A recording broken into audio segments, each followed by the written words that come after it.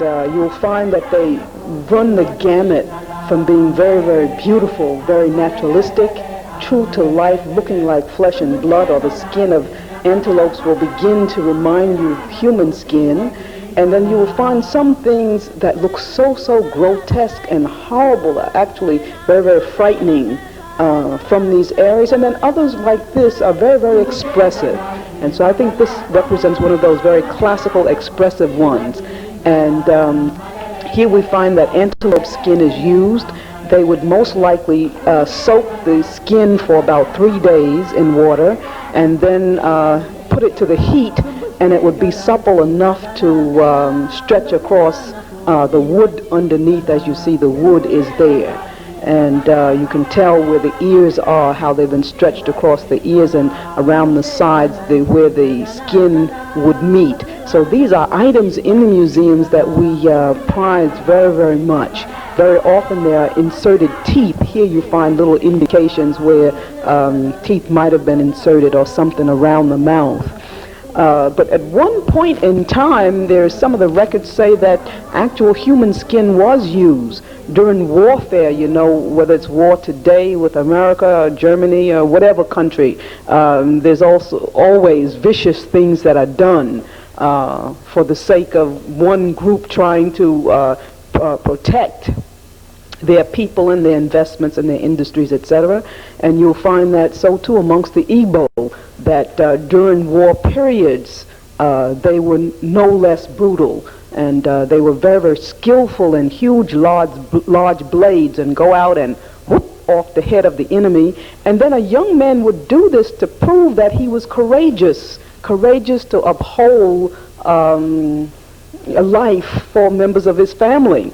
And then when he would come back into the village, says some of the old literature, he would have the dead head on top of his head and come in, and all of the women and all of the people would kind of like sigh and go, ooh, to see him that way. And in traditional cultures, this idea of taking a head meant that you would take a certain portion of vibration and of energy of the person that was alive. So you would add on to your own spirit a certain amount of power from the person that died. Thus, when Christianity came in, you would have to know that Christianity would have to deal with some of the basic concepts of dealing with energy and life and spirit that existed in the traditional cultures. So much of the Bible is still based on old traditional concepts that find their parallel in the cultures of Africa. So therefore, when Christ came, the thought of Christianity being taught in this area, Christ would definitely have to be saying, eat me, eat my body, drink my blood, do this in remembrance of me. Or if you ingest me, manna, the great manna that Moses spoke about, was still a sense of the same Christ coming down in the Old Testament, brought into the New Testament with the living Christ, and saying that if you ingest me, ingest the Holy Ghost, the Holy Spirit, then you will have all of the life that you can possibly need. All will be available to you. And so you find also the idea of water. He will say, drink of me, I am the well of living water, and you will never, never thirst again, is the thought and the idea. Once again, these ideas coinciding so well and so nicely. I remember the last exhibit that was here at the Center of African Art was one that showed the Betwees, and they were reliquaries with bones in them. And we're reminded too that there were certain passage, it talks about Elijah or Elisha. One was so holy until he transcended up, and the other one, when he died, there were bones left of his around, and a person that was ill touched the bones, and the person was healed. And so therefore there was a sense of this magical resonance, so to speak, that was with the bones, or this miraculous healing that took place.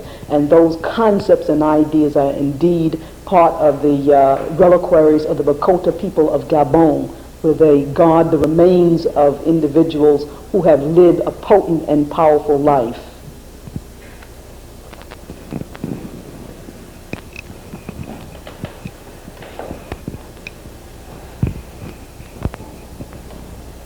of the domain of the secret societies, the ekpe societies, leopard societies. And when we think about those societies, there have been studies done showing parallels in the slave mannerisms and post-slavery customs amongst the orders and fraternities, whether Masonic or Oddfellows and people like that, these burial societies that existed in the South and other parts of the country.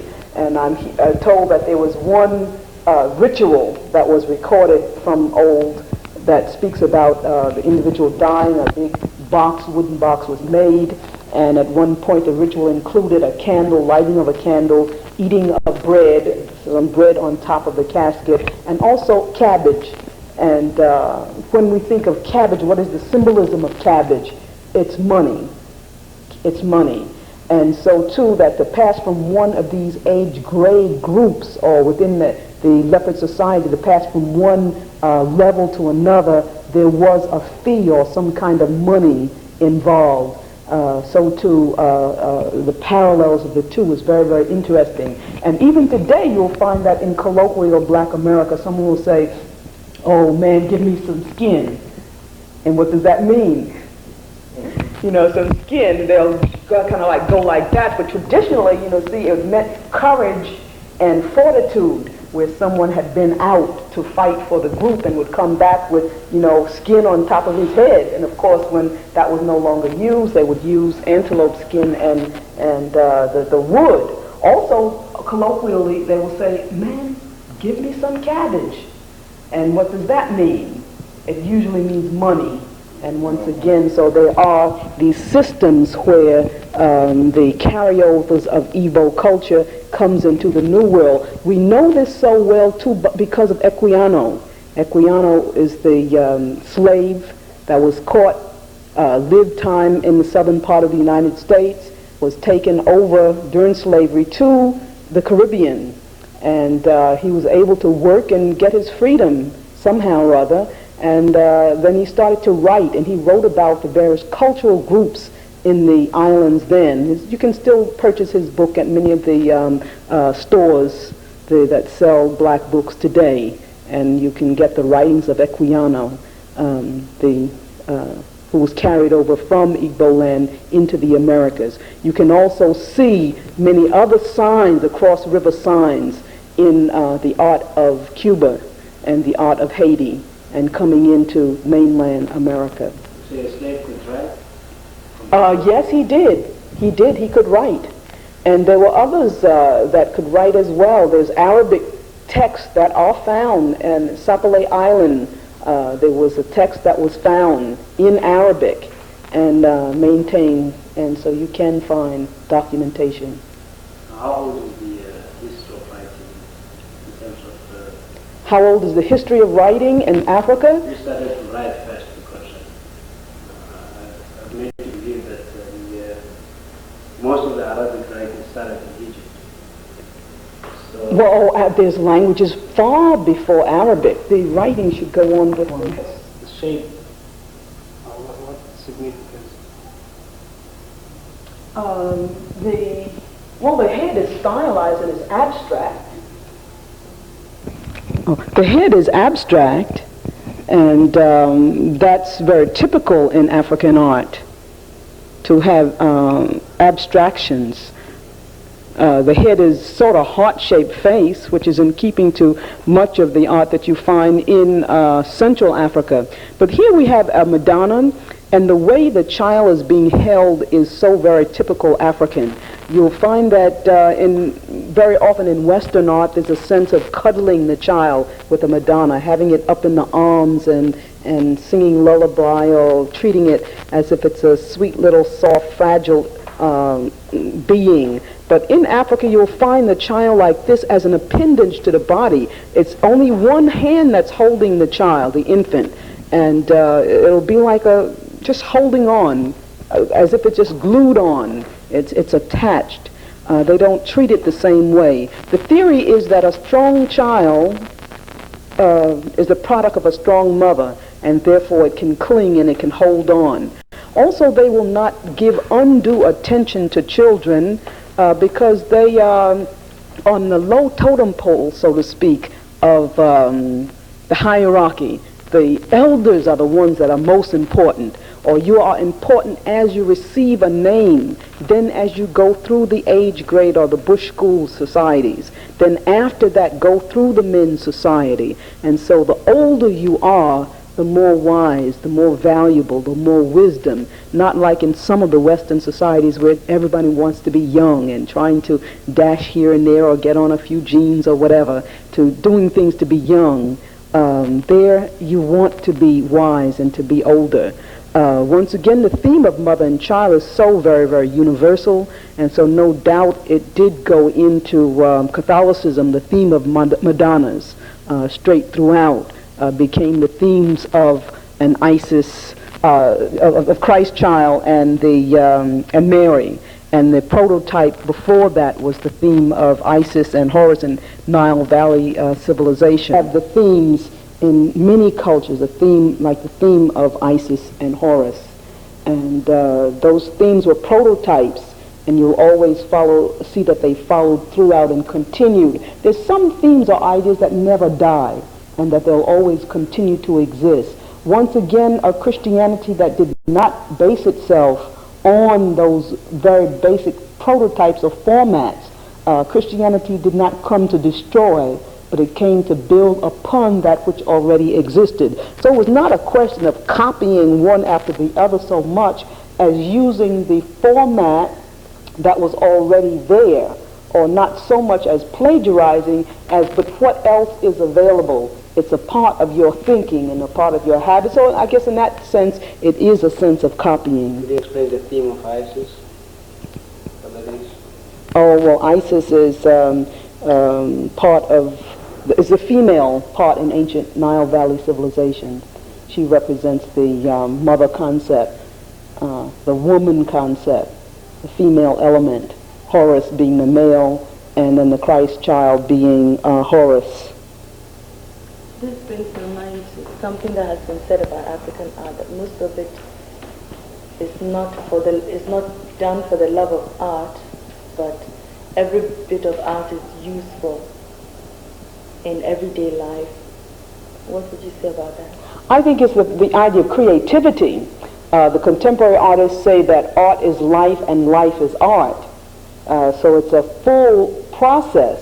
They don't segment art as a compartmentalization, the way we think of go and study art in this department, and then you study drama in that department. But it was all inclusive. Drama, poetry, reading, ritual, all was combined in one effort for one cause, or for the cause of God at the top and the various demigods that they would have underneath, and a full pantheon that would lead from the good to the evil, a concept of the totality of life and full emotional impacts.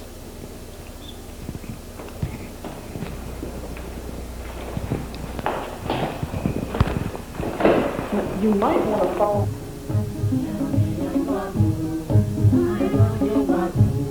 Once again, notice the free handling of the child is so very African, grabbing it by the head and by the feet. Also notice the body proportions or the treatment of the body. The Western world very often thinks about a little pinched in waistline and hips bulging out. But here we think in terms of units. The thighs would be one unit with the legs, the belly connected with the upper torso as another unit, and you see how the arms and the breasts kind of like go together as if it was just one sculptural unit. So there's different ways of treating the body, the human form in traditional societies, than a Western way.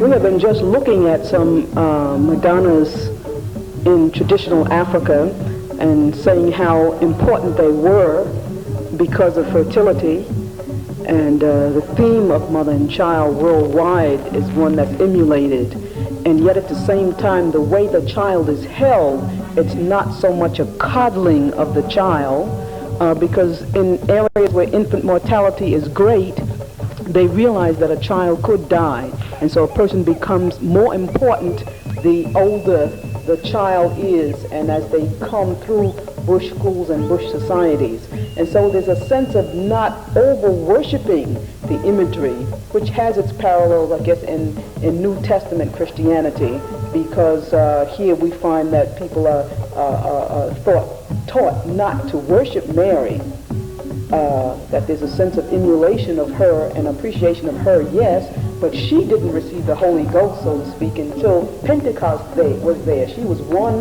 of the 120. And so when people wanted to worship her, she said, "Hear ye him," referred to her son, saying to worship her son and not to worship her. And so that in traditional concepts and ideas, in traditional African art, there is a sense of emulation of Madonna and child images, and but it's with a desire towards fertility. You yourself wanting to be mother, like Mary was a mother, and so it's a continuation of you becoming like, but not the full sense of worship in the which could be misconstrued. Now here, speaking about, we have female. This represents the height of femininity incorporated with great skill. The sharpness of the feature. Look at the sharpness of the nose, the sharpness of the hairstyle, those hard ridges of the mouth. Of course, that does not exist in reality, because we're talking about conceptualization. And so the sharpness has to do with the sharpness of life, the sharpness of attitude, of gesture, of intent.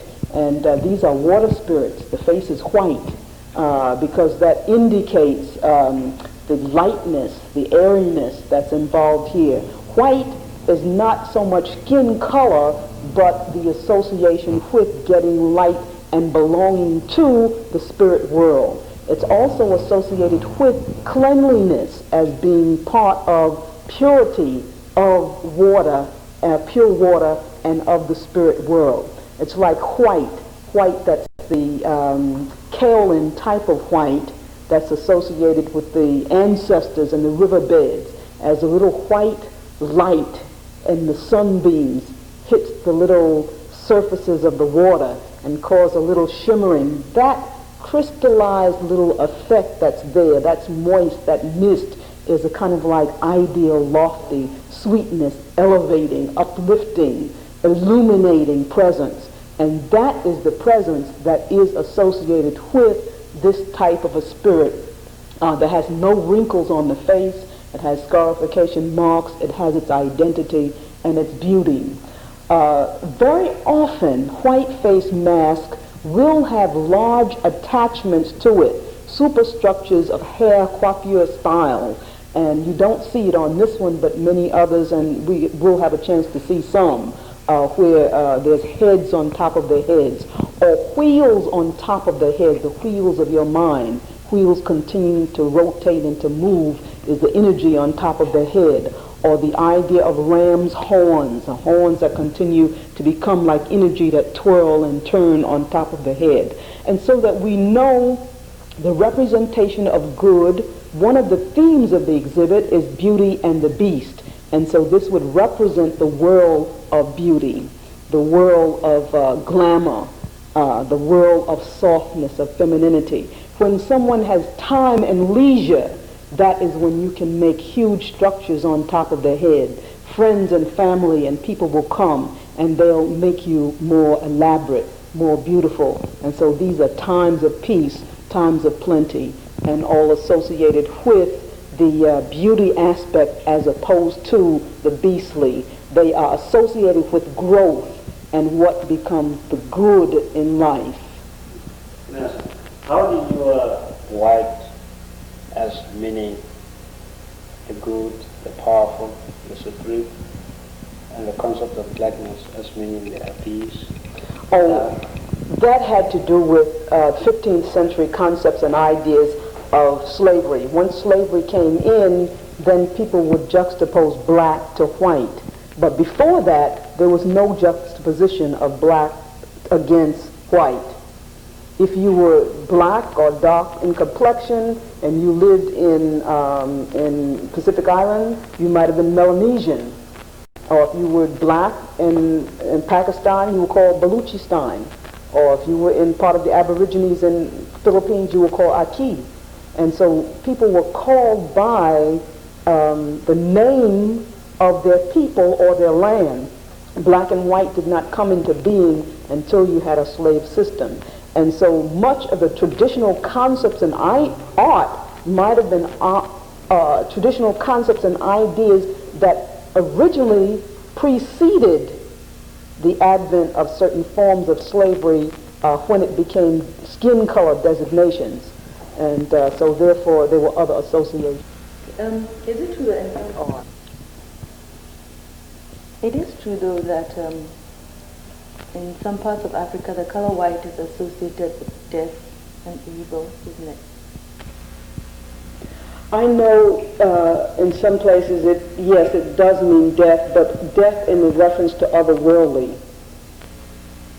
Yeah, like a person leaving Earth to join his ancestors, because in Africa a person that keeps on living and is now in a position where he's a medium between the tribe and the spirit.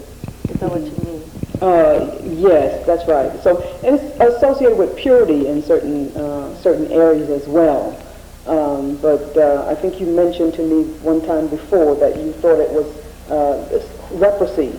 Sometimes was associated with it's called, in some societies it's called the white body, because people refrain from calling it by its proper name. It's so dreaded that people shun away from using its proper name, so they refer to it as the white body. So the concept of white in Africa, even after slavery in Africa today, people still don't see things in terms of black man and white man. In certain societies, the normal color is the normal black color. So the colors white and black are used, and white can mean purity, sometimes it can mean good, whereas black means evil. But that concept doesn't affect the African, because he doesn't see himself as a black man in relation to a white man. He sees himself as a man. Yes. I think, yes, that's true, that we're not talking about skin color in many of these instances, but it's a question of symbolism. And so it's the color symbolism and references that go with it as well. Well, we do know that in ancient Egypt, very often they would portray the pharaoh as being darker in complexion than the queen. And some of that, I think, was a question of the fact of it was a polygamous society. The pharaoh would very often have so many wives, not because he was cohabitating with them, but because he would take foreign women into his court so that they would be like foreign emissaries. So he would be able to learn the culture of these foreign areas, take in an Asian, take in a Persian, or people from other areas. And so the pharaoh himself was shown darker than the woman sometimes, and was part of that system. So no doubt in other areas you would find a similarity in concept and idea being taken over. So skin color and references is a long kind of a story. So too, of course, the pharaoh was sometimes shown as green, vegetation Osiris, or was shown as being dark blue, a reference to the sky or the night sky. And then, of course, Kemet is a word that means black, the land, the soil. And so to associate yourself with the land and the soil and the blackness of, in that respect, was still, a part of what they would normally do, being dark. Let me ask you, Mrs. Jeffries, black, the color black, in African terminology did not mean either. No. Black. That's right. I think that's what I'm really beginning to say, that it was a symbolism involved in it, but Kemet, being the color of soil and being black in that sense, or burnt faces of the Ethiopians. So we can think really of burnt faces. The word Ethiopian means burnt faces. Why? Because the Greeks said that they would move closer to the sun. These were people that rode the chariot. So these flying instruments, solar power, whatever they were, according to mythology, would go so close to the sun because they were sort of like gods, people of the godly. And so because these godly people could fly so close to the sun, they got scorched or sunburnt faces. So it's a sense of a cosmic in, and on the other end, black kemet, associated with the land. The word that meant ancient Egypt before the word Egypt was used is a sense of being grounded to the soil. So black was both solar and also land-oriented in reference to the skin. So it was not a negative thing in and of itself. Whereas we do find that there are instances when in Igbo art where black and darkness is sometimes associated with unpleasant things. And I think we will take a look at the Okoroshi Ojo, and we'll see that these are prime examples of the darkness going into the world of evil.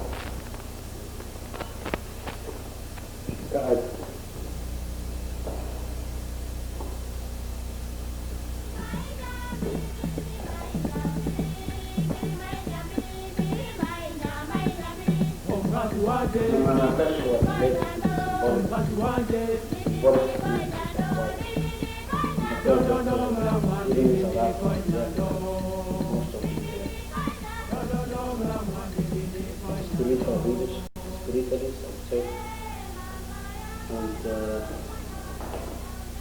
soothsayers, and most of them wear white. So how is that connected with the goodness?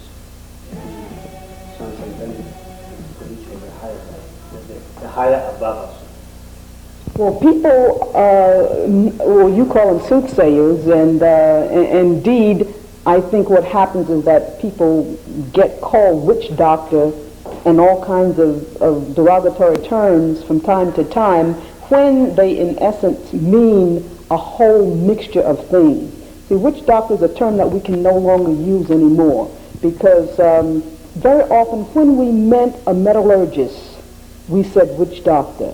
Metallurgist, anyone that could go out and distinguish a dozen, 50 different metals, deal with the melting down of them, making the alloys. That person is not a witch doctor. It's a metallurgist. Or a person is a botanist who can go out and distinguish 20, 200, 500 different leaves and tell you what those plants can be used for. That person is a chemist in our society. An herbalist, yes, in certain cases. And so therefore the word witch doctor or soothsayer incorporates far too much. And those are the things that Christianity and all the other religions, and not only religions, but the sciences and the entire world need to understand that as well. They need to understand that we call tribal too often that word when it does not apply. The word tribute, the Italian word that meant, you know, a community of two or three, T-R-I, three communities coming together. And you can't call Yoruba people tribal. You have, you know, more than 11 million, 12 million. The Igbos are the same. And they can be subdivided into ethnic groups. The Yorubas have different ethnic groups. So I think so too it has been with some of the traditional religions that people have been engaged in things that are good. And when they want to deal with purification, even in their own sense, they too will start to wear white to represent that that is an elevated sense of consciousness involved with the color white itself. Or in the old societies, I guess when they would go into trance, that's when someone would come with white powder and rub the white powder on them. And of course, in Christianity, people don't believe in necessarily going into trances, but they do have a sense of prophecy within the church. And so there are prophets, and there are those that have vision, and it has been predicted that in the end time, men will have, or how do you say, dream dreams and young men with Thank you. Yes. Yeah, And so that once again becomes things that we'll have to distinguish, those parallels that do fit under Christianity, because once again you find the mixtures of religions.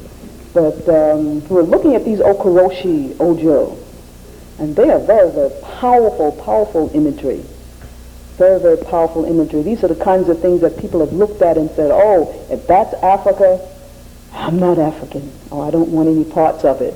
They would think, very often people think about good and evil in traditional societies, and they define in detail sometimes the imagery as to what good and evil is. Sometimes we will say, well, I don't know what's the difference anymore. What is the right way in this situation?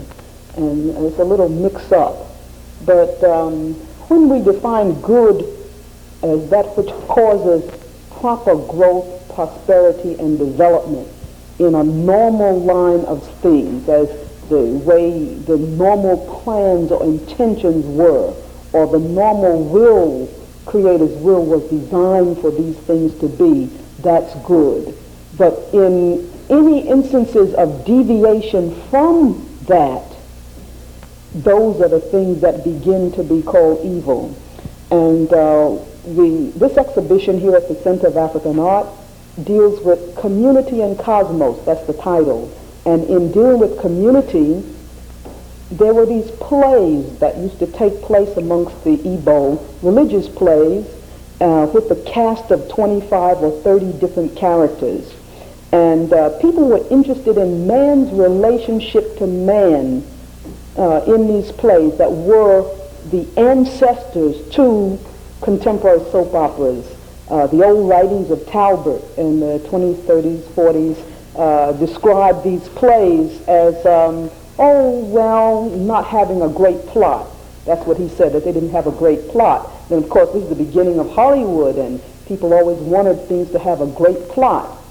You see, once upon a time, and goes your stories, and it had to be the great finale, and in it, possibly everybody lived happily ever after. But once again, as the writing, the script of this area dealt with man's relationship with man, so did these plays. You had the good farmer, the good hunter, the good fisherman, and you had the negative people, the thief. You had the prostitute, the robber, the killer. And you would have, it was polygamous old system, so you had the first wife, second wife, third wife, and firstborn son. They were interested in maybe wife number 2 or number 1. How did she get along with wife number 5? Was there jealousy? Was there envy? Of course, like the soap operas and Dynasty, it's always who married, who did not marry, who was adulterous, etc. And people go on. But they were interested ultimately for more religious or spiritual reasons in a sense, you see, because they wanted to weed out the jealousy and envy, because if it was allowed to harbor, eventually you would come up with that negative person, the witch, the soothsayer. You would come up with the witch, that negative character, and eventually that is the person that would have to be killed. So it would be a witch hunt, a witch raid to destroy those individuals. And so I think these kinds of works here talks about the types of deviations that would come when the jealousies, the envies, the hurts, the harms would continue. What happens between son number 1, who might gain all the wealth or things transmitted through his lineage or his line, the line down to him. The first son in traditional societies were always the, special one. So how did he get along with son number 2 or with the last born? And so what is evil? It becomes the deviation from that which is spiritual, right, and good. And so these masks describe that. You see how the aberration, charring, of split in the lip, teeth growing where they want to grow out on their own, 2 or 3 eyes, not just 2, but 3 or 4 eyes. Some of them describe diseases, Leprosy was mentioned before. Some of them described leprosy. A twisted face, as in this one, describes certain paralysis. So we know old traditional art diseases were described in traditional art. Elephantitis and other works we know have been described amongst the Nok culture, 500 BC in Nigeria. Here we have about 3 mouths. It's hard to see, but there's a mouth over to the side. An idea of perhaps split personality, schizophrenic, or multiple souls, or demonic possession, several possessions. Leeches on top of the head.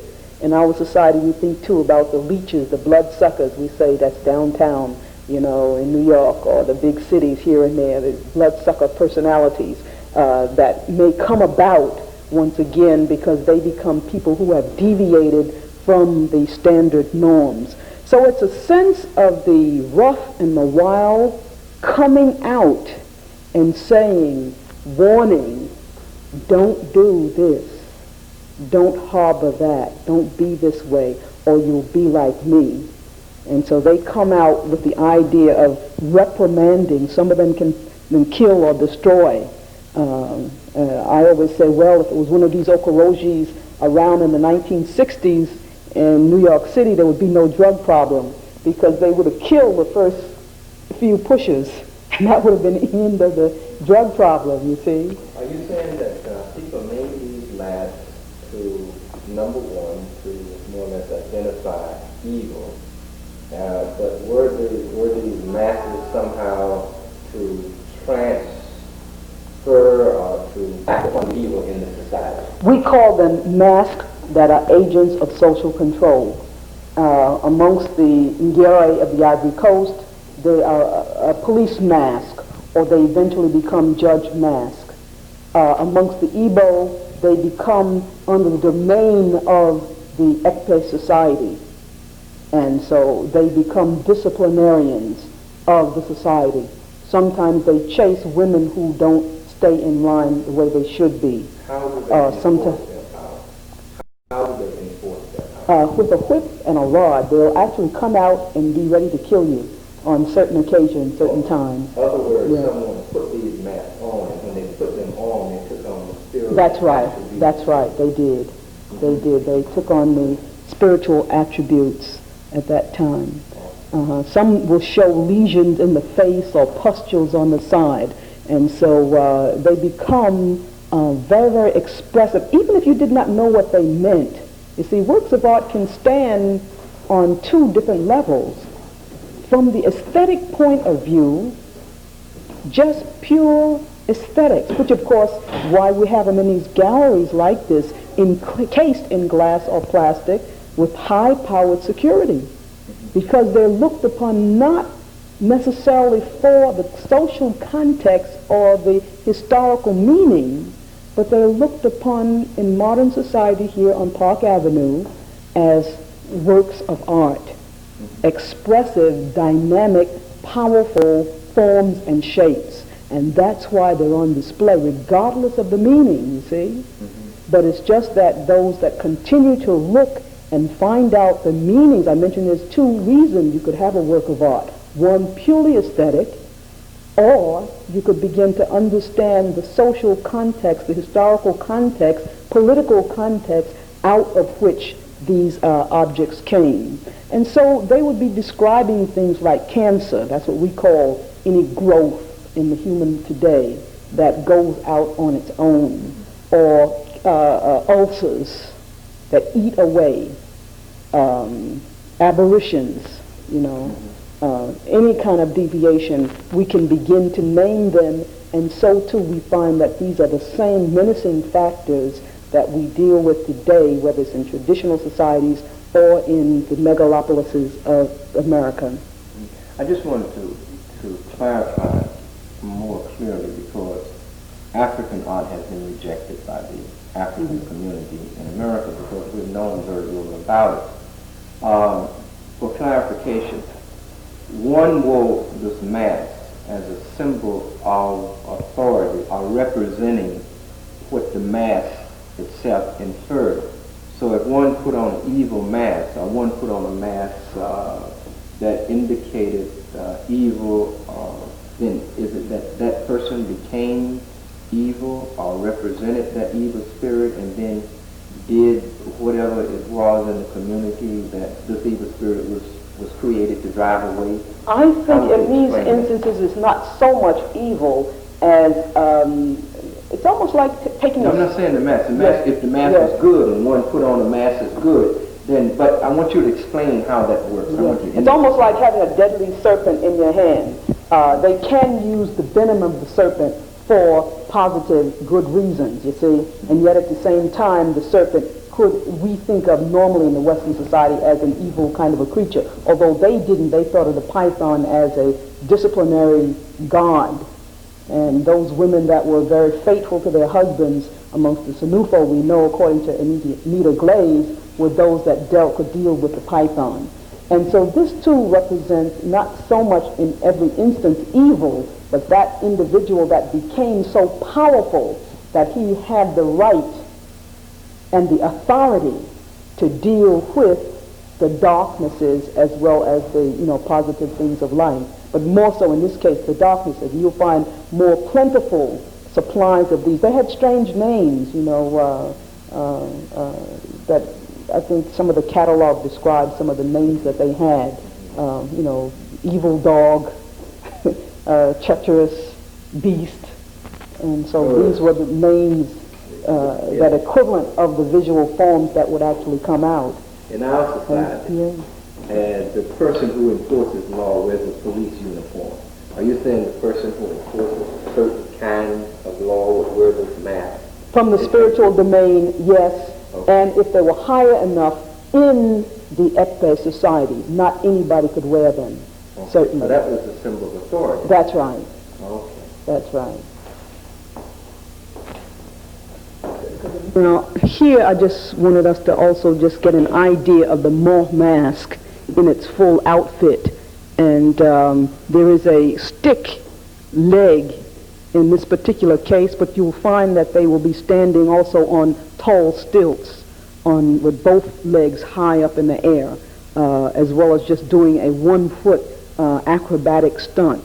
The white faces are also associated with skill that I mentioned, and so the skill that's involved very often is the kind of skill that would take years to develop. I guess to be a doctor, to be a lawyer, to be a fantastic opera singer, or anything a musician that requires great skill. So therefore you'll find less numbers of the moth mask than you would of the powerful Okoroji Ojo, that you'll find plentiful of those. It's easier to be ornery and common, everyday, fierce, vulnerable, than it is to develop day after day after day a particular kind of skill that these white face masks are associated with.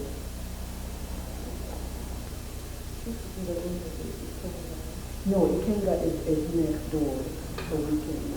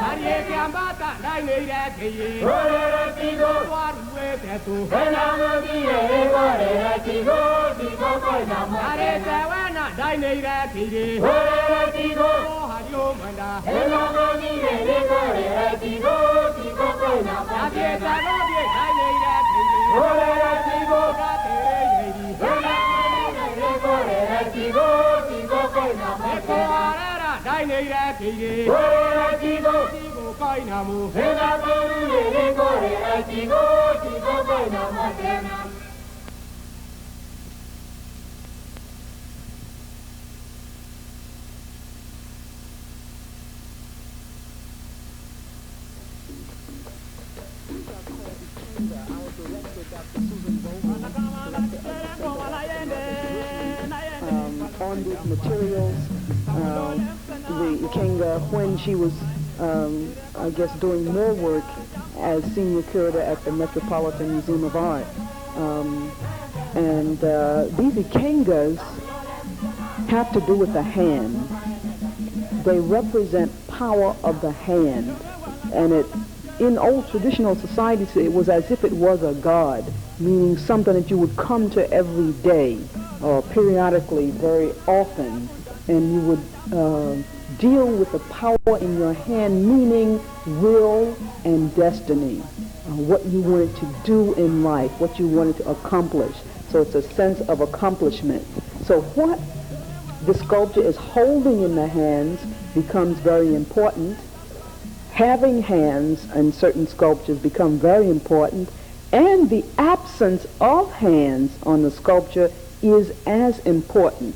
You'll find the little spirit in the middle, as if it has no real hands, but legs coming from the head itself, or a stool uplifting a head by itself, or the ram's horn circulating on top. We spoke of the ram's horn as representing energy of the head, horns of the head, the horning factor, and no arms here representing the power, as if you had a wheeling and dealing arms so powerful, twirling and turning until they become invisible. But here, what the actual hand is holding becomes important. Very often they will hold an ivory tusk. The ivory was a medium of exchange in the sense that it meant wealth, commerce, great elephants in the ancient days. Ivory was very important. You will also find others with a long iron rattle staff. The staff becomes very, very important again in Igbo culture, an item of authority and command. Holding a sword, the kind to sever heads, once again, is important. To have a head in your hand is to have destiny and will, the life of someone. When we say today, your life is in my hands, and we say it as a configuration, as an idiomatic expression, but the visualization of the same concept we see here, where individuals actually have a head in the hand. So that's a popular theme in with the Ikengas. Is there any relation between the Ikenga and the chi, which also in Igbo culture is a soul and sometimes described as one's personal god? That's right. Chukwe is the name of the high god. They believe in one high god, and then underneath him there are other lesser gods. Of the lesser ones, the ones that's most important would be Allah, who is the earth goddess. And yes, chi is the energy, and they will call ichi marks, the lines, scarification marks that they do have on the face. And so once again, the Ikenga is that which will help to build up your chi and to magnify. We speak of in Christianity, to magnify the presence of the Lord within you. Or we think of your will coinciding with God's will. And or what is the will in Christianity? You always know what the will is, God's will, because we think of the Bible as a document, document that you look at to see what the will was. And we can see in most cases it was, I will that you prosper. I will that you have life and have it more abundantly. And so you just look through a concordance and you'll find out exactly what the covenants and what the wills were. And so that there are parallels in Christianity with ancient concepts that dealt with objects to remind one of what the will was. There is something which I think is interesting here. They say in Igbo culture that you do what your chi says you should do. In other words, your chi is your destiny, your fate. Yes. Yet in the same way they say when a man says yes, his chi also says yes. Uh-huh. So I can see the parallel there with Christianity, where we're supposed to do God's will, yet on the other hand we do have a choice. Mm-hmm. Yes. Yeah, Yes. we do have the right to choose to do what God's will is. And we also have the right to choose not to do it. Yes, to do it or not. Yes, and so people do choose their own damnation. So the Kenga then is a symbol. And how does one have one made for him? I suppose every man would have one. That's but, right. You know, there are so many different shapes and symbols. So Well, they would consult a priest, the old traditionalist priest, and he would have one ordered for them. If he was not a carver himself, he would have one carved for him, for the individual coming seeking. And so it's even today, you know, if you have no ambition, you will do nothing in life. But you have a plan, an idea. That's what it really meant, to have a plan in life, to organize thoughts and actions around an activated goal, activated destiny. I think that's the meaning of Will and Nkenga. Those that do not... See, the Igbos were great commercial people. Amongst the ancient kingdoms, such as ancient Benin, you had the Oba, you had the Oni and Ife, you had the great Ashantahini. These were absolute monarchs, divine kingship system. But with the Igbo, you had a loose collection of chiefs, and many people could rise to be a chief, particularly if you were wealthy and powerful in commerce. And so you would become the Easy and Re, the works of Thurston Shaw, the archaeological finds amongst the Igbo, where you had the full burial chamber that was unearthed, finding the Easy and Re seated with a great wealth of beads around him, his foot on top of an elephant tusk. And all of those things were physical manifestations of his power, his chief, his development. So his Ikenga was most active, and he would rise high. And then also I think my other day, the Ikenga is of the absolute importance to the owner. Yes. Isn't that right? That's right. So if you went into a man's room and you destroyed his Ikenga, you as good as have killed him. And if he killed you in return, society would feel not justified. Oh, that's good to know. Thank you. Well, what disrupted the power to develop a market economy and looking at the shape of Africa now? Do you think that that has succeeded forever or with the potential to continue?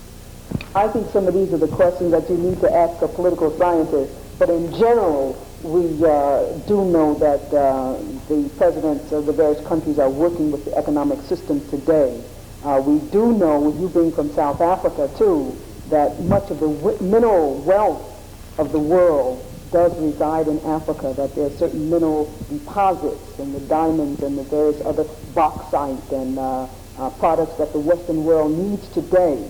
And so that there is a continuous struggle over the minerals of Africa and who will control the destiny of the various countries and what is the meaning of independence. All of these things are at stake today, and indeed are modern concepts and ideas that are involved with the old traditional thoughts and ideas of people trying to maintain life and maintain their own destiny and their own will. And so no doubt, with the thrust today for continuous survival against famine or whatever it is, that the old traditional culture dealt with these problems. That's why it's not such a good idea to just throw away all of the traditional art and say, well, it does not relate to us today, it has no meaning. But find out what it meant in its own day and time, and if it dealt with truth, you'll find that that same bit of truth has to be dealt with today, no matter what it is, whether it comes under the banner of Islam, Christianity, or traditional religions, or none of them whatsoever, and just deals with the socio-economic and political system of today. So taking the chapter is in Ethiopia, and the spiritual significance of drought, rain, how can we connect that? What happens? Is there some dislocation in terms of our relationship with transcendental and the traditional belief? I think there's many socio-political theories out today as to what's really happening in Ethiopia. Once again, I think you need a socio-political analysis from a professional, but I would say, as an art historian, that we do know the system of droughts and famines to not be a new one related to the arts of the continent, that more than 10,000 years ago, Europe was covered with ice, and that the Sahara Desert today, which is the size from New York City to California, quite extensive, was once upon a time not a desert, but was green and lush with vegetation. And the green lushness started to dry up, and as it did, people started to be on the go, started to move, to migrate from those areas in search of a better way of life. And much of the art that did come about was art that old traditional thoughts and ideas are centered around survival and living. And so people were concerned about fertility, about procreation of the group, of the race. And so you had ancestral statues, not always because of just pure, what we would think of as a no-no in religious kinds of things, but they were valid. You need to know about your forefathers and the things that they left behind for you to follow, the good things and the bad things, and what they meant for you to continue on.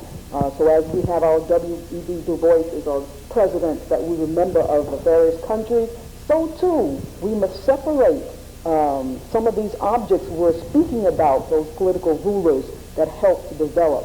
Some of the secret societies were to pass down scientific information about the soil, about the growing of plants and crops, as the Chihuahua Society was.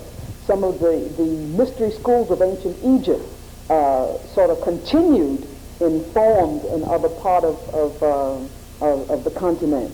And so all of those things are intertwined, exchange of knowledge, fertility sculptures, ancestral sculptures, all had to do with those things and positive things about society and communities and groups of people. What sound fancy if you wish to become a doctor, or an architect, or engineer? You could, there would be some traditional structure that he goes to every day. That's right. Before. So, as you know, there's a crisis in South Africa. And what's striking to me is the fact that the nation is geared toward the crisis. And I would believe in the ancestors, the spirit of that part of the world are geared toward the crisis. And even the naming of the children are named in terms of the crisis, peace. The indigenous name of that part of the world is Zambia. Others are named as Nkululeko, freedom. So how do you see the connection between the spiritual emotion and even the physical desire towards this process, the process of liberation, the crisis in Southern Africa? Well, there is a Pan-Africanist thrust for life, creativity, and survival throughout the entire continent. And I guess you can say indeed that that's a global thrust for people in general. But the old traditionalists were great visionaries, and they would like to have concrete things that they could create and make and come back to those things as emblems, insignias, that would end up giving them the force and the power that they needed. That war always took a part of the social structure and art. There were art objects that were weapons that we use as art. We see the sword here. And so they would inspire people to continue on for fighting and also for peace and survival. We know, once again, in Old Testament, thoughts and ideas of people putting themselves up, going out to battle to fight for, or if they were told not to leave one person alive, and if they did, then they had to pay the penalty. And so that there have been wars and rumors of wars associated with all of the religions, Christianity, Islam, and with the traditional religions as well. But the hope is that in a New Testament kind of a peace, as Bishop Tutu speaks about, where there's a sense of peace, naming children peace, and it's a sense of some time to come when we'll understand that there's no need to have these nuclear holocausts coming to destroy everybody. If we don't live or discover some system of operating collectively together, then we'll all go. We'll all go. It won't be like the World War I or World War II.